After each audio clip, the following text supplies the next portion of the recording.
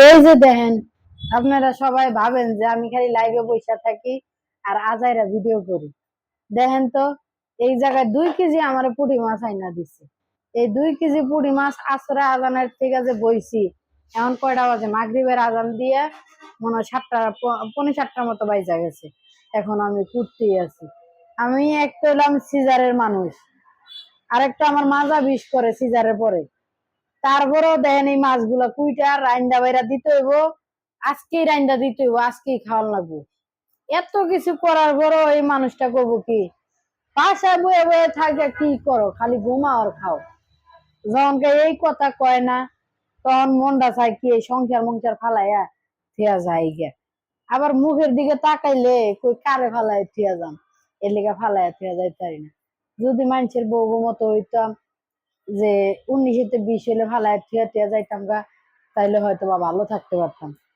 কিন্তু আমি তো আর মানুষের বউর মতো না। আমি যা পাই তা দিয়ে আল্লাহর কাছে সন্তুষ্ট থাকি। এই কারণে আমার জামাইয়ের কাছে আমি ভালো না।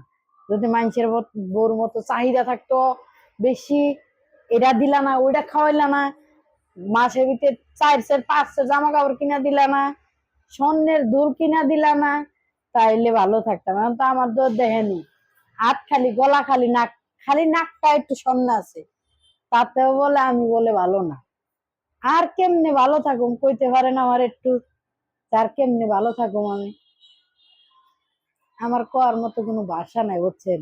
আমি কইলে খালি চোখ দিয়ে পানি আয় পড়বো, কান্দা আয় পড়বো। এই মাছ এডি দেখেন, আরো কতটি মাছ সামনে আনো, না দেখাও, দেখাও আর কতটি মাছ রয়েছে। এই দেখছেন? আর অন্ধকারটা দেখাও যে, মানুষে তো বিশ্বাস করবো না যে এখন অন্ধকার না কি। মাজার আসিদে আমার একবার ব্যান্ড হয়ে গেছে, তাও সুখে রাখবার লেগে একটা কথা কই নেই, মাছটি আনছে পরে। এখন আমনে করে দেখাইবার লেগে এই যে ভিডিওটা ধরলাম, নাইলে তাও ধরতাম না।